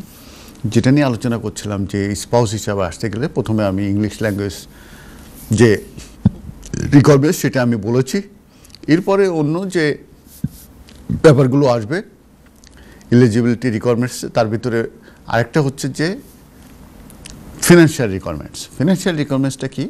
এটা যে এখানে যে স্পন্সর আছে তাকে দেখাতে হবে যে তার স্পাউসকে আনতে গেলে 18,600, অবশ্যই তার একটা জব যদি থাকে 6 মাসের ইনকামে এই 18,600 হাফ অ্যাটলিস্ট তার ইনকাম আছে। আর সেই ক্ষেত্রে যদি কোনো এক্সট্রা বাচ্চা থাকে তার জন্য অ্যাডিশনাল আরেকটা বাচ্চা হলে তার জন্য আরেকটা ফিস, এই ধরনের দিয়ে দেখতে হবে যে তার কত আসে। তো আমরা এক্সাম্পল হিসাবে শুধু কাপলের ক্ষেত্রে 18,600 তাকে ইনকাম দেখাতে হবে। এখানে যে স্পন্সর আছে সে যদি একটানা 6 মাসে যদি 18,600 হাফ তার ইনকাম হয়ে থাকে, তাহলে এই একটা জবই তার জন্য এনাফ হয়ে গেল। এখন এই জবের এই ফিনান্সিয়াল রিকোয়ারমেন্টস যদি স্যাটিসফাই করতে হয়, তাহলে কি ডকুমেন্ট তাকে অ্যাপ্লিকেশনের সঙ্গে সাবমিট করতে হবে? প্রথম যে ডকুমেন্ট তাকে সাবমিট করতে হবে যে তার পে স্লিপ এবং সেই ব্যাংক স্টেটমেন্ট লাস্ট 6 মান্থের, এবং নেট ইনকাম পে স্লিপে যেটা আছে সেই নেট ইনকামটা অবশ্যই তার ব্যাংকে স্টেটমেন্টে কিন্তু রিফ্লেক্ট করতে হবে। এরপরে যেটা আসছে লেটার ফ্রম এমপ্লয়ার কনফার্মিং তার ডেট অফ স্টার্ট, তার এতে পার্মানেন্ট জব কিনা কিংবা টেম্পোরারি জব কিনা, এতে ফুল টাইম কিনা, তার বেতন কত, এই ইনফরমেশনগুলো দিয়ে একটা লেটার কনফার্মেশন এমপ্লয়মেন্ট ইনক্লুডিং তার যে ওয়েজেস ডিটেলস কিংবা স্যালারি ডিটেলস দিয়ে এই ইনফরমেশনগুলো দিয়ে একটা চিঠি কিন্তু এমপ্লয়ের কাছ থেকে আনতে হবে। তো এই 3টে ডকুমেন্ট কিন্তু ম্যান্ডেটারি ডকুমেন্ট, এবং এই ডকুমেন্টটা অবশ্যই জমা দিতে হবে অ্যাপ্লিকেশনে, তাহলে কিন্তু ফিনান্সিয়াল রিকোয়ারমেন্টস কিন্তু ফেল করবে। এখন কোশ্চেন হচ্ছে যে এই যে ব্যাংকে যে টাকাগুলো বেতনগুলো যে যায় এই পাউন্ডে, এইটা কি ক্যাশ নেওয়া সম্ভব কি না? Answer is yes, cash also নেওয়া সম্ভব। কিন্তু এখানে একটা জিনিস মনে রাখতে হবে যে ক্যাশ যেটা আপনি পাবেন, নেট যে ক্যাশ আপনার এমপ্লয়ারের কাছ থেকে পাবেন, সেটা আপনাকে must you put into your account, bank অ্যাকাউন্টে। কিন্তু ওইটা আপনি যদি 1 তারিখ পান, ওই দিন সময় পেলে আপনি জমা দেন, তাহলে পরের দিন যে নেট যে আপনি ক্যাশ পাচ্ছেন সেটা অবশ্যই আপনি ব্যাংকের অ্যাকাউন্টে জমা দেবেন। যদি আপনার ক্যাশ যদি হয় এবং সেটা যদি আপনি নিয়ে জমা দেন, তাহলে কিন্তু দ্যাট উইল বি কাউন্টেড। এখন প্রশ্ন আসতে পারে যে ঠিক আছে, আমি ক্যাশ নিলাম, আমি তো আসলে খুব বাজার করা দরকার ছিল, কিংবা আমার ওয়াইফ আমার এটা আমি তো খরচ করে ফেলেছি, সেটা কিন্তু যদি অ্যাকাউন্টে ব্যাংক স্টেটমেন্ট রিফ্লেক্ট না করে তাহলে কিন্তু that income will not be counted. এটা কিন্তু বেশ খেয়াল রাখবে। অতএব ক্যাশ নেওয়া সম্ভব, কিন্তু নেট ইনকামটা আপনার ব্যাংকে জমা দিয়ে দিলে তাহলে আর কোনো অসুবিধা হবে না। তাছাড়া আপনি ব্যাংক ট্রান্সফার করতে পারবেন, চেকের মাধ্যমে নিতে পারবেন। এই তিনটেভাবে আপনি কিন্তু আপনার যে স্যালারি ওয়েজেস আছে প্রত্যেক মাসে সে নিতে পারেন, সপ্তাহ নিতে পারেন, মাসে নিতে পারেন। সপ্তাহ নিলে সেটা 52 সপ্তাহ হিসাবে এক ধরনের হিসাব আসবে, আর মান্থলি স্যালারি নিলে 12 মান্থস হিসাবে 18,600, আর তার হাফ 6 মান্থে হয়ে গেল। এটাই হচ্ছে ফিনান্সিয়াল রিকোয়ারমেন্টসের স্যাটিসফাই করা। এরপরে আসছে maintenance, accommodation without request to public fund.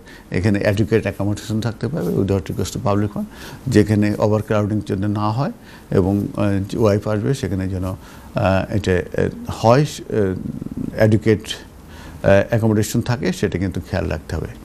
আরেকটা জিনিস খেয়াল রাখতে হবে যে সেক্ষেত্রে ডকুমেন্ট যে তার টেনেন্সি এগ্রিমেন্ট জমা দিতে হবে, তার যে কাউন্সিল ট্যাক্স বিল থাকে জমা দিতে, ইউটিলিটি বিলস থাকলে এগুলো কিন্তু জমা দিতে হবে অ্যাপ্লিকেশনের সঙ্গে। এরপরে আসছে যেটা যে অনেক সময় আমরা দেখি যে ম্যারেজ কি সাবসিস্টিং আছে কিনা। এখন কেউ যদি বিয়ে করে রেখে আসছে, বিভিন্ন ঝামেলা কিংবা জব ছিল না, পরে জব পেল ইত্যাদি ইত্যাদির কারণে হয়তো 1-2 বছর লেট হয়ে গেছে, তখন কিন্তু ওরা একটা জিনিস খেয়াল করে, একটা জিনিস ওরা চায় এভিডেন্স যে ম্যারেজ স্টিল ইজ সাবসিস্টিং। তার মানে কীভাবে কমিউনিকেশন করছেন, কমিউনিকেশন আছে কীভাবে, সেই মেথডটা কী এবং তার এভিডেন্স কী সেটা কিন্তু চাইবে। এক্ষেত্রে আপনারা যেটা করতে পারেন, ইমেলের মাধ্যমে যোগাযোগ করতে পারেন। এক্ষেত্রে আপনারা যে কোনো কলিং কার্ড ইউজ করতে পারবেন, কিন্তু সবথেকে ভালো হয় যদি আপনার কল হিস্ট্রি থাকে, কল হিস্ট্রি দিলে কিন্তু আর কোনো সমস্যা হয় না। যদিও বা কার্ড এটি চিপার মেথড হিসাবে, চিপার হিসাবে গণ্য হয়, এবং যদি সেক্ষেত্রে তো আসলে কল হিস্ট্রি থাকে না, সেক্ষেত্রে কিন্তু ইচ্ছে করলে এটাও ইউজ করা যায়। তবে অ্যাডভাইজেবল হবে যে যদি কল হিস্টোরিওয়ালা কোনো কার্ড থাকে সেটা ইউজ করা, যেমন সিম্পল অ্যাকাউন্টিং বা লাইকায় এরা কিন্তু দেয়। আর বিটি তো আছেই, বিটি থেকেও যদি আপনি সপ্তাহে একবারও কল দেন তাও কিন্তু এটা রিফ্লেক্ট করবে ওদের স্টেটমেন্টে, বিলে, এবং সেক্ষেত্রে কিন্তু এটা অ্যাকসেপ্টেবল হবে। অর্থাৎ communication is very very important. আপনি 1 বছর 2 বছর আগে বিয়ে করে আসছেন, কোনো কমিউনিকেশন নেই। আরেকটা জিনিস হচ্ছে যে আপনি মানি পাঠাচ্ছেন, মেনটেন্যান্স পাঠাচ্ছেন 150 what ever it is, spread up করে, এটাও কিন্তু আপনার কমিউনিকেশনে কিন্তু গুরুত্বপূর্ণ ভূমিকা রাখে। অতএব এই জিনিসগুলো কিন্তু খেয়াল রাখতে হবে যে ম্যারেজ ইজ স্টিল সাবসিস্টিং। অতএব আমি বললাম যে ইংলিশ ল্যাঙ্গুয়েজ টেস্টের যে এলিজিবিলিটি সেটা বললাম, রিকোয়ারমেন্টস, তারপর মেনটেন্যান্স বললাম, তারপরে অ্যাকোমোডেশন বললাম, ম্যারেজ ইজ সাবসিস্টিং সেটা বললাম। এই ডকুমেন্টগুলো দিয়ে আপনার অ্যাপ্লিকেশন করতে হবে। অনলাইনে একটা ফিস আছে এবং হেলথ সারচার্জ কিন্তু লাগবে, সেটা প্রায় 1560 পাউন্ড মতো বোধ হয় আসবে 2.5 বছরের জন্যে, 624 ইচ ইয়ারের জন্যে। প্রথমে হেলথ সারচার্জ দিতে হবে, দেওয়ার পরে মেন অ্যাপ্লিকেশন যে ফিসটা দিতে হবে। ফিসটা বাংলাদেশের ক্ষেত্রে যেটা হয়েছে যে ওখানে আসলে ক্যাশ জমা নেয়, আমাদের এখানে অনলাইনে দেওয়ার সিস্টেম এখনও হয়নি, কিন্তু অন্যান্য দেশে কিন্তু অনলাইনে দেওয়া হয়। তখন ওইখানে অনলাইনে অ্যাপ্লিকেশন করে একটা অ্যাপয়েন্টমেন্ট করা হবে সেন্টারে, করলে তখন ওই স্পাউস ওখানে যেয়ে ওই অ্যাপ্লিকেশন প্রসেসিং ফিসটা দিয়ে দেবে এবং ডকুমেন্টগুলো নিয়ে যাবে, তখন ওরা আপলোড করে ডকুমেন্টগুলো ফেরত দিয়ে দেবে, পাসপোর্টটা ওরা রেখে দেবে। এই হচ্ছে মোটামুটি স্পাউস হবে ব্রিটিশ সিটিজেন হিসাবে কীভাবে আসতে হয় এবং কীভাবে তাদের প্রসিজার এবং সিস্টেমটা কি, আমি এই মোটামুটি আলোচনা। যদি কলা থাকে আমি কলম। হ্যালো, আসসালামু আলাইকুম। এই হচ্ছে মোটামুটি স্পাউস হবে ব্রিটিশ সিটিজেন হিসাবে। আপনি মনে হয় টিভির কাছে আছেন, আপনার কথা আমি না শুনে আপনার টিভির কথা শুনছি। আপনি টিভির ভলিউমটা মিউট করে দেন, অথবা রুম থেকে বেরিয়ে যান, আমার কথা আমি শুনতে পাচ্ছি। হ্যালো, হ্যাঁ এবার বলুন, জি আপনার কোশ্চেনটা করুন প্লিজ। আমার কোশ্চেন হচ্ছে, আমি একজন অ্যাসাইলাম সিকার ছিলাম, I am refugee now. Hello, হ্যাঁ শুনতে পাচ্ছেন? জি বলে যান, আমি শুনতে পাচ্ছি। জি, আমি একজন রিফিউজি, বর্তমানে 2019-এ আমি রিফিউজি স্ট্যাটাস পাই। এখন আমার কোয়েশ্চেন হচ্ছে যে আমি কি বাংলাদেশ যেতে পারবো, এবং I want to get married, এখন সেই ক্ষেত্রে উপায়টা কি, মানে দেশে গিয়ে বিয়ে করতে পারবো কিংবা দেশ থেকে কাউকে আনতে পারবো, আমি একটু জানতে চাচ্ছিলাম প্লিজ। থ্যাংক ইউ আপনার কলের জন্য, এটা ভেরি ভেরি ইম্পর্টেন্ট করছেন। এই ধরনের ইনকোয়ারি প্রায়ই আসে এবং আমি কয়েকটা ম্যাটার হ্যান্ডেল করেছি এই ধরনের। প্রথম কথা হচ্ছে যে আপনি যখন অ্যাসাইলাম সিক করেন তখন আপনি বলেছেন যে my life is danger in Bangladesh, on my return I will be persecuted, I will be torture, maybe I will be killed, এইভাবে বলেছেন না? জি স্যার। ওকে, তা আপনি যখন এখন রিফিউজি স্ট্যাটাসে আছেন, অতএব আপনি যেখানে পারসিকিউটেড হয়েছেন, যে রিজনে আপনাকে এখানে আপনার রিফিউজি স্ট্যাটাস দেওয়া হয়েছে, সেই দেশে you can't go back, number one. যদি আপনি যান, what will be the consequence? On return they can cancel your refugee status, that means you went there and there is no problem at all, and আপনি ফেরত আসছেন। কারণ আপনি তখন বলেছেন ইউর লাইফ ওয়াজ ডেঞ্জার, আপনি গেলে আপনাকে মেরে কেটে আপনাকে শেষ করে দেবে, ঠিক না? জি স্যার, জি। তাহলে আপনি সেখানে কি আপনার যাওয়া উচিত বলেন?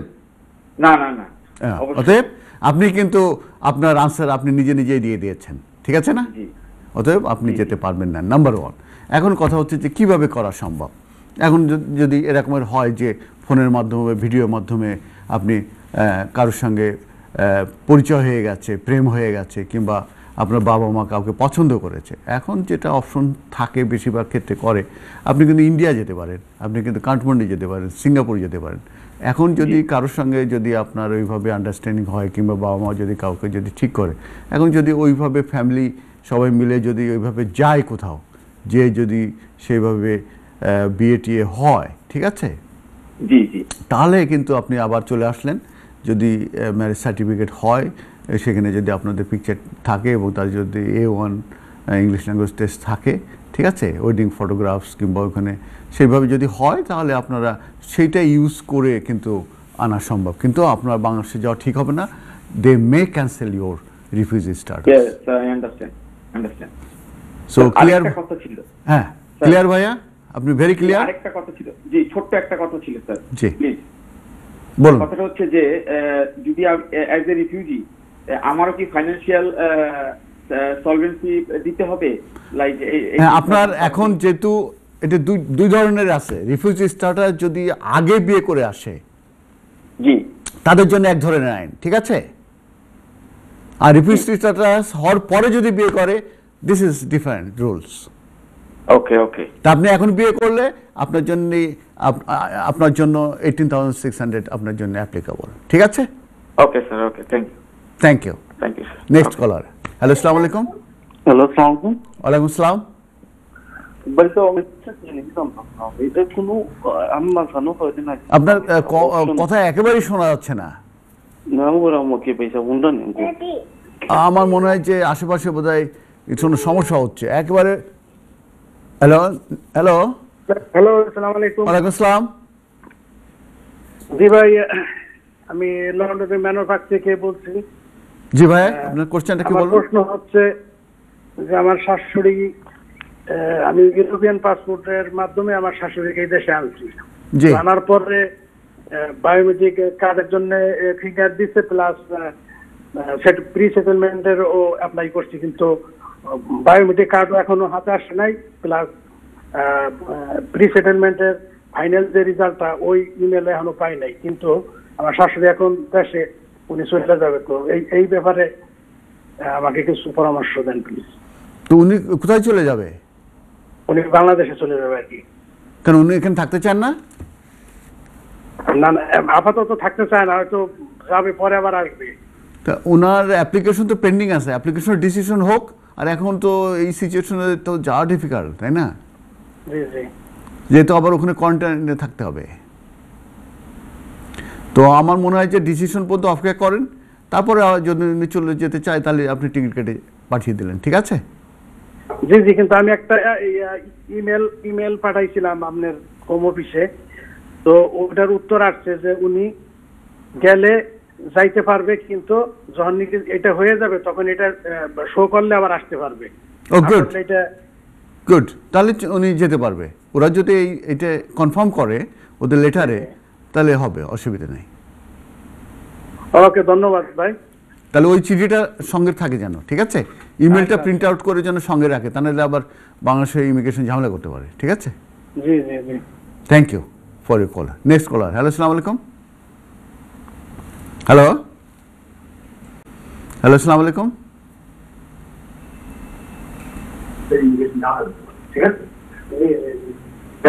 হ্যালো হ্যালো, আসসালামু আলাইকুম। আপনি মিউট করে দেন, আপনার আমার কথা শুনতে পাচ্ছি আপনার। সরি, আপনি অন্য রুমে চলে যান। হ্যালো, হ্যাঁ, কোশ্চেনটা করুন ভাইয়া প্লিজ। জি, আমার নাম মোহাম্মদ মালিক। আমি অ্যাকচুয়ালি দেশে বিয়ে করেছি। Congratulation, congratulation. বাচ্চা আছে, একজন 8 বছর আর একজন 17 বছর। জি, এখন আমার কত দেখাইতে হইবে গভর্নমেন্টে স্যালারিটা? ৩৯০০ আর এখানে ১৮৬০০। সরি, আবার বলেন। ৩৯০০ আর এখানে ১৮৬০০। ৩৯০০ দুই বাচ্চা? দুই না, এক বাচ্চার জন্য, আর এডিশনাল বাচ্চার জন্য বোধহয় ২৪০০। এইভাবে টোটাল কত? এক সেকেন্ড, ৩০০০। দাঁড়ান, টোটালটা একটু বলুন। আপনার ১৮৬০০। জি, ঠিক আছে। আর ৩৯০০ আর অ্যাডিশনাল বাচ্চার জন্য একটু কম হবে। আমার মেমোরিতে এখন নাই, কোভিডের ভিতরে মেমোরি একটু আপ ডাউন করতেছে, বুঝছেন? আন্ডার 25,000 হবে তো না? জি, একটু বেশি। আপনার ওইটা দেখে আমি দেখে একটু বলতে হবে, অথবা আপনি ইসে আবার ফোন, ওই পরে নাম্বার নিয়ে, আমার নাম্বারটা নিয়ে নিন আপনি কন্ট্রোল রুম থেকে, আমি ফোন দিলে দেখে আপনার এক্সাক্ট অ্যামাউন্টটা বলে দেবো। ঠিক আছে ভাই? ওকে। আরেকটা জিনিস, যে সময় আমি অ্যাপ্লিকেশন এমবিসি কে ফেস করব, ওই সময় আমার অ্যাকাউন্টে কত টাকা থাকতে হবে? আপনার কোনো যেন মাইনাসে না থাকে, ওভারড্রন না হয়। ঠিক আছে, কোনো সময় যেন ওভারড্রন না হয়, এই মোটামুটি রিজনেবল মানি থাকলো, যে হঠাৎ করে কিন্তু লার্জ অ্যামাউন্ট দিয়ে না, এটা আবার সমস্যা হবে। ঠিক আছে, আপনার ইনকাম হচ্ছে 4000 পাউন্ডের মতন থাকতে হবে। দ্যাটস ফাইন, এটা ফাইন, কিন্তু হঠাৎ করে লার্জ অ্যামাউন্ট দিবেন না। ঠিক আছে, তাহলে আবার এক্সপ্লেনেশন দিতে হবে যে এই মানি কোথা থেকে আসলো। অবশ্যই এটা বিল্ড আপ হবে। হ্যাঁ, বিল্ড আপ হবে। গুড গুড, এই তো আপনি তো একদম লয়ারের মতো কথা বললেন। Very good, intelligent man. 6 months তো স্যালারি তো আসবে। হ্যাঁ, বিল্ড আপ হবে। আপনি এখন প্রত্যেক মাসে মাসে যদি ৩০০ করে যদি হয়, তাহলে ৩৬০০ পাউন্ড তো এক বছরেই জমা হওয়ার কথা। ঠিক না? Right right right. Build up, এই তো নাইস, একেবারে আপনি লয়ার টার্ম ইউজ করছেন। Thank you, thank you sir, thank you. Okay, thank you. Next caller, আসসালামু আলাইকুম। আসসালামু আলাইকুম। জি ভাই, আপনার কোশ্চেনটা করুন। জি, আমার কোয়েশ্চন হইল ভাই, আমার একজন ফ্রেন্ড, উনি তার ওয়াইফকে এই দেশে আনছিলেন। আনার পরে ওনার ওয়াইফে ওনার উপর একটা ফলস অ্যাকুইজিশন করে ডোমেস্টিক ভায়োলেন্সের কমপ্লেইন করে উনি চলে গেছে ওনাকে ছেড়ে। এখন ওনার ওয়াইফ এই দেশে থাকতে পারবে কিনা? এখানে দুইটা জিনিস আছে। প্রথম কথা হচ্ছে যে ডোমেস্টিক ভায়োলেন্স হলে তার যদি এই ডোমেস্টিক ভায়োলেন্সের যদি এভিডেন্স থাকে, তাহলে on the basis of domestic violence সে দেশে থাকতে পারবে। ঠিক আছে, তাকে একটা অ্যাপ্লিকেশন, এভিডেন্স না, এটা ফলস, এটা পুলিশে ইনভেস্টিগেশন করি আর এটা পাইছে না, কোনো এভিডেন্স পায় নাই, ওরা ফলস এটা প্রুভ করছে না। তো এখন যদি অ্যাপ্লিকেশন তাকে করতে হবে, এবং সেই সঙ্গে অবশ্যই তাকে এভিডেন্স দিতে হবে যে কেন, কিভাবে সে ডোমেস্টিক ভায়োলেন্স হয়েছে এবং তার কি এভিডেন্স আছে।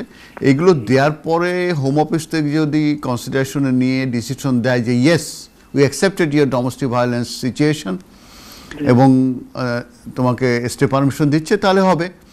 আর যদি মনে হয় যে হোম অফিস যদি মনে করে যে না, এটা ভোগাস ক্লেম কিংবা এটা ঠিক না, তাহলে তাকে দেবে না। ঠিক আছে, জি, thank you for call. Next call, hello. জি, আর যদি মনে হয় যে না, আপনি বোধহয় টিভি শুনছেন, এই জন্য সমস্যা হচ্ছে। নেক্সট কলার, হ্যালো, আসসালামু আলাইকুম। ঠিক আছে, next caller, thank you for call. Next hello.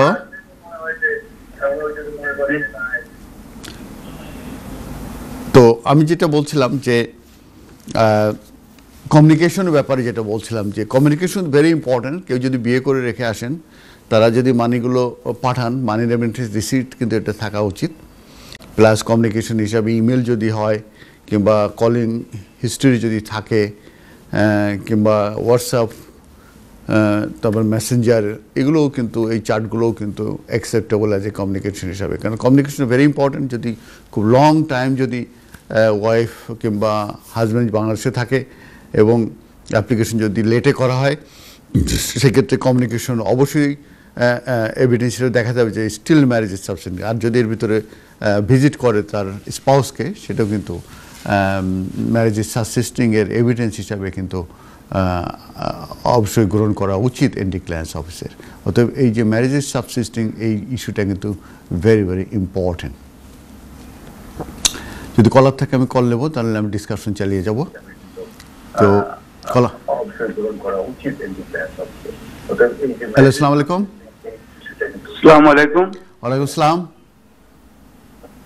Hello, হ্যাঁ আসসালামু আলাইকুম। হ্যাঁ, আমার কথা শুনতে পারতেছেন? জি আমি শুনতে পাই। প্লিজ আপনার কোশ্চেনটা করুন প্লিজ। হ্যাঁ, যে আমার কোশ্চেনটা হইলো যে আমি আমার ওয়াইফ আসসালামু আলাইকুম। হ্যাঁ, আমার কথা শুনতে পারতেছেন? ও আপনি তো টিভি বোধহয় অন করে টিভি লক্ষ্য করছেন, এই জন্য আমার কথা শুনতে পাচ্ছি আপনার ওখান থেকে। জি জি, আপনি টিভি রুম থেকে চলে যান। আপনি টিভি রুম থেকে অন্য রুমে যান। যে আমার বেবিও একটা আছে, বুঝছেন, যে আমার নেক্সট আপনি টিভি রুম থেকে অন্য রুমে চলে যান। ও আচ্ছা আচ্ছা আচ্ছা, টিভিকে লক্ষ্য করলে হবে না।